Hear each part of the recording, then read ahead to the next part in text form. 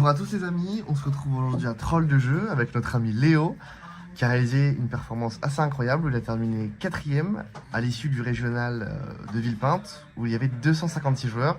Salut Léo, comment ça va? Ça va très bien, je reviens pas à chaud mais le jour d'après pour parler un peu plus du deck avec lequel je suis allé. Du coup je suis allé avec White Forest Azamina, tout simplement parce que c'est un deck que je connais assez bien, j'ai fait la dernière méta avec et aussi celle-là. Pas mal de volume de jeu et aussi je connaissais assez bien mes match-ups et je savais que c'était pas un deck qui était forcément très réfléchi et autres, qui était pas forcément méta relevant, même s'il paraissait assez fort. Du coup on va parler un peu plus du deck. Moi je joue à 43 dans le main avec pas mal d'engine. Malheureusement c'est un deck qui a un engine assez puissant mais qui laisse pas énormément de place à beaucoup de free spots. Du coup on va parler un peu plus de l'engine. Bien sûr, Tu commences avec l'engine, vas-y. 3 LZ qui est toujours aussi forte, 3 Sylvie, les Astellar et LZ Azamina, c'est le bridge vers la partie Azamina et le butin du péché. Ouais, Astellar est une carte très forte en soi si elle passe, mais le problème c'est qu'elle me mange absolument toutes les interactions possibles. Du coup je peux penser qu'elle n'est pas obligatoire dans le deck, mais si elle passe elle est toujours aussi excellente. C'est vraiment une one card enemy combo. Dans le deck, l'un des problèmes aussi, c'est qu'il n'y a pas de réel one card combo. Mais on peut utiliser n'importe quelle magie piège pour commencer n'importe quel combo. Ce qui est très fort, ça nous permet de aussi bien utiliser des cartes qui sont dans d'autres decks, des cartes mortes, les breakers et autres, pour commencer n'importe quel combo. Au niveau, juste excuse-moi, au niveau de l'engine, par rapport aux listes que tu as pu observer, etc., est-ce que c'est ces cartes-là qui sont jouées? Est-ce qu'au niveau des ratios, c'est toujours 3-3, 1-1 ou il y a différents choix qui peuvent se discuter? Ces 3-là, ces 7-là, c'est obligatoire à 7. Pour moi, c'est obligatoire, il n'y a pas forcément de débat. J'ai vu une fois une liste à 2. Je peux comprendre parce que les gens ont appris, si on n'a pas de rôle, c'est forcément la carte à H, mais pour autant, c'est tellement stable comme deck, on peut tellement survivre même avec 3-4 interactions, en fonction des mains aussi, que 3 pour moi c'est aussi obligatoire. Ça marche. Astellar pour moi c'est la plus discutable, dans le sens où vraiment elle se mange tout. Ensuite on a bien sûr les 2 diabelles qui avec le support sont assez fortes. Une qui protège, qui sauve beaucoup de match-up, parce que le fait d'avoir 2 diabelles protège de toute la destruction, ce qui est contre vraiment... tu vas éviter le Raigeki par exemple. Oui, du coup tu t'en fous totalement du Raigeki, même contre Luna Light, et le fait d'avoir ce checkpoint là-dessus fait qu'il va être obligé de Raigeki avant dès qu'il y en a une, parce que potentiellement avec un Diablo Star qu'on va voir juste après, qui s'invoque directement sans se déclarer, ce qui fait que tu peux avoir très vite de Diablo Star. Du coup forcément on a 2 Diablo Star. Là où d'autres listes en jouent qu'une seule, moi je le préfère à 2, dans le sens où on peut foolish pas mal de magie pièges qui vont être utiles au cimetière et qui auront des effets, et aussi parce que je joue un package de Azamina un peu plus grand que d'autres decks un peu plus classiques.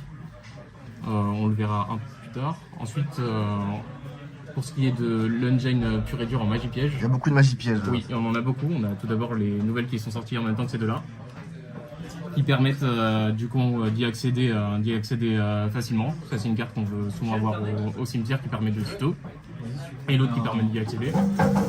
Ensuite on a le classique, les cartes butin du péché, et celle-là elle est incroyable, ça fait une fusion, c'est ça? Elle fait une fusion et aussi elle peut invoquer depuis la main, ce qui est pas mal parce que dans la méta beaucoup n'y pensent pas, mais le fait de pouvoir des fois on peut bounce Diabels, ce qui est pour empêcher toute la destruction, ce qui est souvent fait avec Dracotail, sauf qu'on peut la réinvoquer directement avec ça. Après. Et ça c'est un effet aussi à prendre en compte, où des fois le fait d'avoir envoyé une carte en main pour Artalion, on peut se dire il va plus pouvoir start, bah non, tu en réinvoques une autre, ce qui est des fois quand tu as cramé ta norme, parce que on aime bien quand même utiliser notre norme dans le deck, forcément avec Sylvie et Astellar qui peuvent être de bonnes normes. Du coup ça fait en sorte qu'on puisse remettre un body qui peut être utilisé pour des synchros facilement. Également on a la débitrice Azamina et sanctifiée. Sanctifiée obligatoire, débitrice je la trouve vraiment pas mal parce que moi j'ai un package un peu plus grand du coup, comme je disais, d'Azamina, et elle permet de le faire en effet rapide. Des fois quand tu t'es mangé un Fuva ou tout simplement t'as peur qu'il ait drôle, le fait de tuto celle-là peut le faire en effet rapide. Donc quick spell dans le tour adverse pour pouvoir accéder directement à une Omni Negate, ou peut-être à d'autres cartes comme Santa Azamina si on a une autre target en plus. Du coup, c'est pour ça que je le joue. Ensuite, le package obligatoire là-dessus, Ouais, 3 Wanted classique. compris pour y accéder. Ouais, ça c'est classique. Pour moi, c'est indiscutable aussi là-dessus.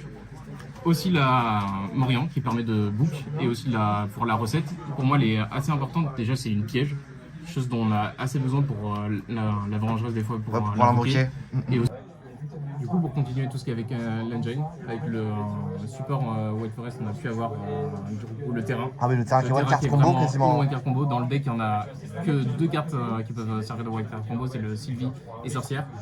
Ensuite, ce qu'il faut savoir, c'est que Sorcière te lock de l'extra deck Dark. Du coup, c'est pas une carte qu'on va faire dès le début. Mais pour autant, si elle passe, on a quand même un board qui est très très bon au vu de la méta. On est plus qu'un semi-board comme peuvent avoir beaucoup de decks actuellement. Faut faire attention, juste c'est. Elle lock en extra deck. Elle Dark, lock de c'est l'extra ça deck. Ensuite, il y a 2 autres effets qui sont très rares. Il y a une première fois une protection au combat, à la destruction d'un White Forest, ce qui est assez rare. Et aussi, on peut faire devenir une carte tuner. C'est pour ça que certains l'utilisent pour avoir un Herald dans l'extra deck. Moi, je n'ai pas Herald là-dessus. Pour l'avoir testé, je trouve que c'est un peu overkill, dans le sens où quand on a un endboard, le endboard est déjà assez bon pour ne pas avoir besoin de Herald, et en plus ça fait passer à avoir des mains assez bizarres, enfin, des terrains assez bizarres, dans le sens où c'est rare d'avoir quand même deux fois le niveau 2 sur un terrain, Bon, ok. enfin, du moins dans mes combos à moi. Ah, pour toi, c'est du win more, donc tu l'as pas Oui. considéré. Ok. Il y a beaucoup de cartes de Winmore en général dans White Forest. Ensuite, pour moi, très important, compte, c'est un compte de la forêt blanche, bien sûr, pour tuto, et elle peut être utilisée en cost et se recette. Du coup, on fait pas vraiment de moins 1. Beaucoup de cartes font en sorte que c'est pas vraiment du moins 1 quand on coste les Magic Pièges, parce qu'elles ont soit un effet dans le cimetière, soit elles peuvent se recette. Elles peuvent se reset à chaque fois. C'est ça, là-dessus.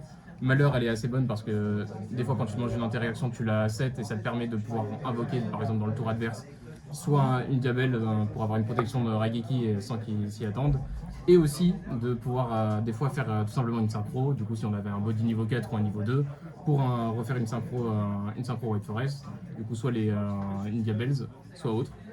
Ensuite, on va parler un peu plus de ce qui est des free spots. Donc là, c'est l'engine, tout ça. On a tout Oui. pris, c'est bon. C'est Donc ça. t'as combien d'engine?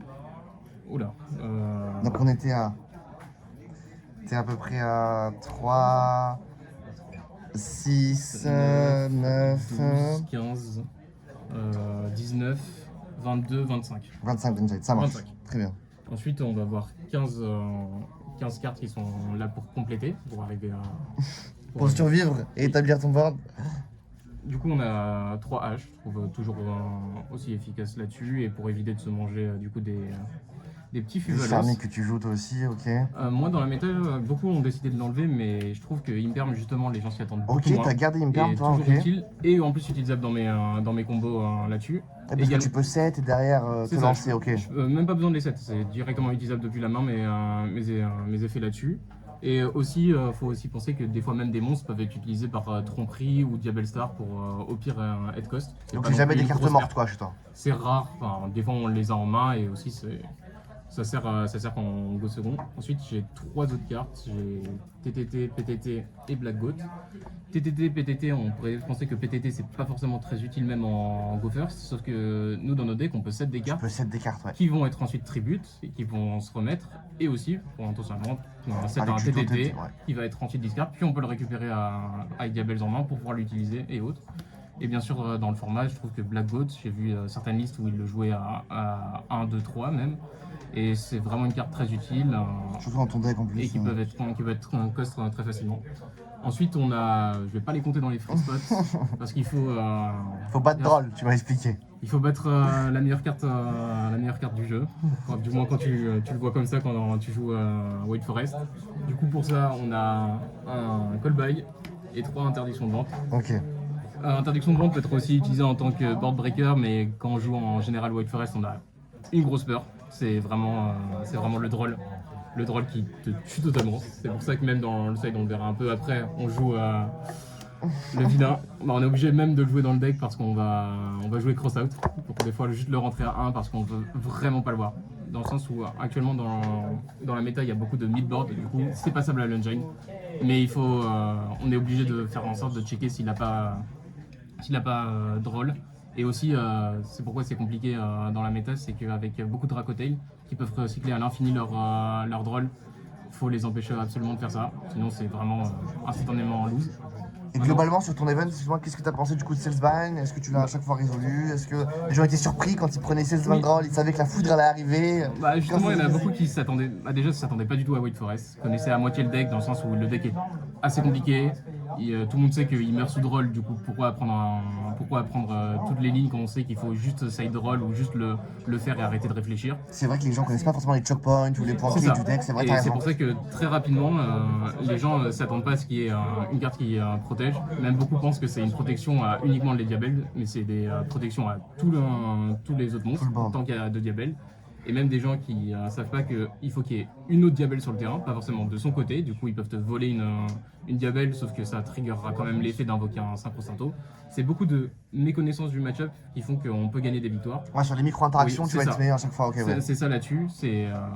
Le deck n'est pas du tout le meilleur, c'est surtout la méconnaissance du match-up qui fait, et aussi que je connaissais moi de mon côté Très bien le deck. les autres decks et le deck aussi. C'est pas un deck nous friendly dans le sens où Il est assez technique quand même, le il deck est à jouer. très Il y a plein technique de lignes, parce que etc. Ouais. la plupart du temps on veut commencer sur les synchros, puis arriver au butin du péché, puis passer sur les fusions. Et en fonction des mains, on peut pas forcément le faire. Et c'est pour ça que c'est assez compliqué et qu'il faut se rendre compte que aussi quand on joue contre White Forest, s'il commence soit par le terrain, c'est qu'il a une main très compliquée. Pour autant, si on le laisse tout passer, Bah, le terrain fixe tout le board. Hein. le board est très bon et c'est pour ça que même on joue débitrice, c'est qu'on pourra pas faire de synchro de fusion pendant ce tour, mais on pourra le faire pendant le tour adverse. Du coup, accéder au dark, on n'avait pas ce tour-ci. Très clair, juste sur Drea, tu m'as dit on était à 43 main deck. Sur ces 43 cartes, laquelle tu as jugé la MVP de ce régio? C'est vraiment à chaque fois que tu l'as résolu ou que tu l'avais en main, ça t'a vraiment facilité ou t'as pas remonté de remonter le board ou sur le terrain qui était vraiment ingérable, la carte vraiment. Je pense que c'est dur de dire comme je le disais, il n'y a pas de one card combo, mais c'est le combo de ces deux-là. À chaque fois que tu Dans avais le ces sens deux-là, où- c'était bien quoi. Alors je te propose maintenant de passer à l'extra deck. Du coup, on va partir sur les premières synchros qui sont les plus importantes dans le combo. Tout d'abord, elle permet d'extendre de tuto et aussi elle a un effet pas mal, ce qui est de pouvoir protéger de la destruction mes autres White Forest, mes illusions synchro magiciens. Du coup, bien sûr, Diabel qui permet aussi bien d'avoir une interaction et aussi de recycler des magies pièges dans le cimetière. Ensuite, on a la dernière qui permet de board break, qui est vraiment pas mal contre plein de decks, hors deck lien, qui permet de face down tout le monde. T'as attrapé beaucoup de gens en la faisant pendant le tour Oui, adverse à chaque fois. où justement les gens connaissent, oui et non, dans le sens où les gens connaissent cette interaction, du coup ils en ont très peur, mais du coup ils claquent beaucoup d'interactions pour éviter cela. Sauf que derrière nous on a nos butins du péché, on a nos Azamina, et du coup c'est free pour aller dessus, parce que les gens en ont tellement peur. Et également, il faut savoir que le fait de face down n'est pas une fois par tour, et dans un White Forest, on peut le faire dans le meilleur des cas 3 fois. Et en général, on fait 1 à 2 fois en fonction de là-dessus. Aussi un peuplier qui est un pas mal, qui a été ajouté dans Aline, qui permet aussi bien de remettre des cartes en magie piège qui vont être utilisées dans certains cas pour le Doom Dragon là-dessus, qui vont être utilisables, pour mettre une carte en NP, et aussi également pour faire des synchros derrière.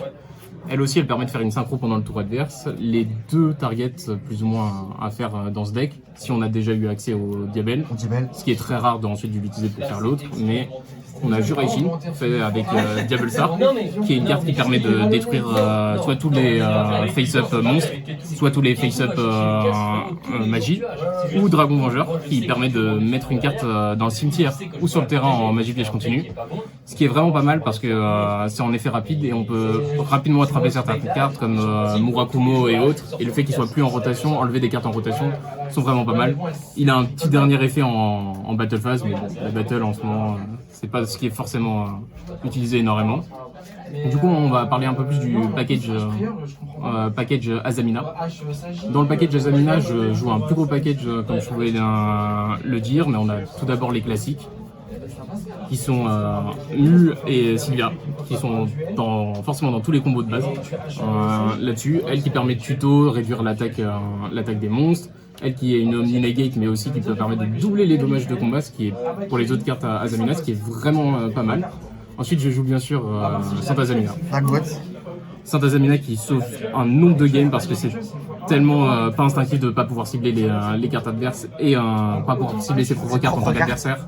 Et en plus, elle permet d'invoquer une carte Azamina de l'extra deck ou le deck, ce qui est des fois soit la petite LZ pour continuer ses combos, c'est quand on est vraiment mal. Tu l'as résolu contre Dracotel un peu ce week-end? Ah oui, je l'ai vraiment utilisé beaucoup. Et ça, certes, elle est passable par Dracotail, mais elle permet d'éviter que Artalion récupère tout depuis son cimetière.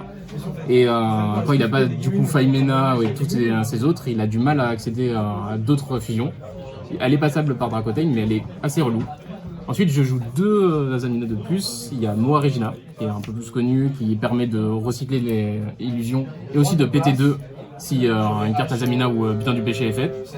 Ce qui est assez bien aussi. Elle est à 3000 de patates et autres, ce qui peut être utilisé pour faire des x2 ensuite là. Et une qui est pas du tout jouée que dans les listes en général, c'est Azamina, qui peut être fait pour les fusions contact, avec une Azamina et une carte de l'adversaire. Dans certains match-ups, c'est très relou pour l'adversaire. Déjà, grand 1, il ne s'y attend jamais, vraiment jamais. J'ai hier joué contre des Lunalight, le fait que je lui demande de sacrifier sa tower, il s'y attendait pas du tout. Et il a un peu le seum là-dessus. Surtout, c'est un gros bébé, 4000. Il fait en sorte de baisser l'attaque en résolution de tous les monstres sur le terrain de 500 à chaque fois. Il est indestructible par effet de carte et tu ne peux pas résoudre les effets de monstres qui ont 0 d'attaque. Du coup, avec ça, plus il va faire d'effets, moins il aura de patates sur le terrain, du coup, moins il aura de chance de la passer. Et également, elle permet, dans certains combos où on se mange droll, on peut quand même tuer maintenant, en invoquant Santazamina. Santazamina invoque Moa Regina. On fait ensuite une fusion contact en utilisant Santazamina et une carte à l'adversaire. Puis on va réinvoquer Santazamina avec Moa Regina pour ensuite soit se crash, parce que elle c'est plus ou moins une Yubel pour toutes les cartes adverses. Et en plus avec un beau bébé de 4000. Tu vas essayer de souffler parce que je vois que tu maîtrises parfaitement les combos de ton deck. Oui, là-dessus c'est beaucoup de volume de jeu et aussi le fait de bien connaître ses cartes et les cartes, la méta, et comprendre aussi où le deck pêche, parce que le deck est loin d'être parfait aussi. Mais aussi une autre carte très importante, Chaos Angel, qui est faisable très facilement en light et dark. En fait, le point fort de ce deck, c'est qu'on va mettre plein de mini-boss monsters de façon très, très simple et faire plus ou moins un board très dur à passer, à part avec peut-être un Dark Ruler, qui est une carte qui tue. Et ensuite, les 2 dernières qui sont un peu plus discutables. Pour moi, le Gardien Chimère est pas mal pour faire la fusion et ensuite péter des cartes. Et le Chorozo, pour moi, c'est une carte qu'on peut enlever potentiellement, parce qu'elle est utilisable uniquement quand on est très très mal. Très rapidement, quelle a été la carte que tu as adorée? Quelle est la carte qui était un peu un petit peu de ton extra deck? Santazamina, sans ça. On se retrouve avec Léo avec un petit cut magnifique qui va terminer sa profile en parlant de son side. Est-ce qu'on peut commencer par les cartes que tu utilisais en Go First, que tu rentrais en sortant, je suppose, tes Fuva, des cartes qui n'étaient pas adaptées au match-up? En général, tu sors 4 cartes, à peu près 4 cartes du main, dans le sens où tu vas enlever une Diabel Star, j'ai enlevé aussi souvent un terrain et aussi des fois mes Fuva. Des fois j'aimais bien laisser Go second, ça dépend. Pour le Go First, en fait, les 4 cartes les plus importantes à mettre, déjà c'est Crossout avec Droll. Ouais, encore une fois, pour battre Droll, tu maximises les cartes. Des fois tu mettais 2 fois le Droll parce que tu veux pas avoir Crossout et Droll dans la main, ça arrive et t'as bien le mort. Et ensuite, tu as une Rutia qui peut s'invoquer depuis la main assez facilement et qui peut permettre de compléter les combos, parce qu'ils aiment bien t'enlever des bodies en pensant que les synchros reviendront jamais. Très clair. Et une dernière, c'est Détermination Azamina, qui est très peu vue, qui permet de faire des fusions pendant le tour adverse en renvoyant des cartes Butin du Péché depuis Bannissement et Cimetière. Et également, il y a un autre effet pour recette des Butins du Péché qui peuvent être du coup utilisés avec tout ce qui est Azamina. Du coup, j'aimais bien l'utiliser et des fois la tuto avec Tromperie. Comme ça, je pourrais soit invoquer Azamina pendant son tour, avec tout en ayant des cartes pour le grind, pour remettre tous les Butins du Péché. Parce que c'est aussi bien Bannissement que Cimetière. Parce que des fois, les Wanted étaient totalement mortes dans le Bannissement, ça permet de les récupérer. Très clair. Ce qui est vraiment une bonne carte Wanted en général. Ensuite, on avait 2 drôles en plus, du coup, soit j'en rajoute un, soit pour les match-ups où j'en ai plus besoin, ça peut être utile. 3 Purulia, pas forcément le meilleur dans la méta, mais dans le sens où c'est une méta quand même assez large et des fois je veux juste empêcher certains decks d'extend. Moi, genre un Raizil, un Vanquish. C'est ça, Vanquishul et même des fois Malice pour l'empêcher d'extend si j'ai certaines interactions. Et Fire King, Warrior King Jura qui aime bien aussi invoquer des fois depuis la main. Et le Mirror Match? C'est ouais, bon, tu vois très rarement, ça marche aussi, c'est très fort contre d'ailleurs contre mon deck Purulia. Yumi aussi. Hein. C'est ça. Et Ouais, pour l'empêcher d'extend. Et des fois c'est rare que tu perdes une carte là-dessus. Moi, sur le start, à minima, on a c'est la ok. plupart du temps. 3 lancers A parce que je respecte quand même beaucoup Malice. Ah, t'étais quand même, ok, tu considérais Malice toi Et dans aussi, il faut aussi, je me suis dit, j'ai quand même affronté dernièrement pas mal d'Orcust, des Orcus Mitsu C'est et vrai autres, qu'il y a des là-dessus, ça peut les Orcus. faire chier. Et des fois des Lunalight, tu les fais en fin de combo, ils pensent qu'il va tout bannir, bah finalement non, et t'as pas de boss C'est monster. vrai qu'elle est assez versatile. Ouais. T'as 2 Dark Rulers, je les ai pas du tout utilisés, vu que c'est quand même des decks actuellement où c'est des mid-board et au-delà dessus, du coup je pourrais limite conseiller de mettre autre chose, peut-être des droplets, parce qu'elles peuvent être aussi bien utilisées pendant ton tour que le tour adverse. Et en plus de ça, un problème qu'on a avec le deck, c'est que un petit problème de riche, on a des fois trop de cartes sur le terrain. Elles sont toutes trop fortes, mais des fois on aimerait les enlever pour pouvoir faire d'autres Faire de la place ou des et, autres effets. là-dessus. Et une dernière carte que j'aime bien, mais discutable, Subversion, qui est utilisable aussi bien pour faire des fusions. Et aussi des fois ça enlève, ça met en magie continue certaines cartes. Et directement posable avec Diablo Star. Et c'est un peu relou des fois qu'ils aient pas des cartes aussi dans le cimetière ou sur le terrain. En magie continue, c'est une interaction bizarre à voir. Ensuite, pour moi, c'est un side très discutable sur plein d'aspects. Qu'est-ce que t'aurais changé juste? Qu'est-ce que t'as adoré dans ton side? Et à contrario, la carte que vraiment, enfin les cartes qui t'ont manqué pour les match-up. Bah, pour moi, c'est Droplet. Droplet, très utile en général, ça même permet dodge sur des Dracotail où le match-up, c'est le match-up où on joue le plus. Lancéa, je l'aurais gardé. Purulia aussi. Enfin, ça, on sait pas contre qui on va affronter. Les drolls aussi, cross-out, important Ouais, pour moi. battre Droll, toujours dans ta Ouais. stratégie. Pour moi, tout le side est discutable. C'est en fonction de qui on affronte. Ouais, les contre qui match-ups on que a tu vas peur et considérer, autres. Moi, etc. je sais que j'ai un plus gros package Azamina. Du coup, j'ai pris ça en compte. Mais en général, les White Forest jouent moins d'Azamina. Du coup, on pourrait changer. Il y a d'autres magies à Azamina, White Forest qui sont cool. Purulia, toujours utile. Et les deux. Pour moi, tout le side est discutable. Pourtant, il n'était pas mauvais. Il m'a très bien servi là-dessus. Merci beaucoup Léo pour ton temps. Encore félicitations pour ta belle performance. Est-ce que pour finir cette vidéo, tu aurais quelques shout-out et dédicaces à passer? Bah, j'aimerais remercier en général les différents locaux que je fréquente, que ce soit aussi bien la team le mercredi au repère du dragon, le dimanche à Troll de jeu pour le dimanche et le lundi où je vais jouer à Play-In. Et du coup, entre autres, les gens qui jouent à la NSE que je vois aussi des fois le vendredi à Epita. Ça marche. Merci beaucoup Léo et bon courage pour la suite. Merci à toi.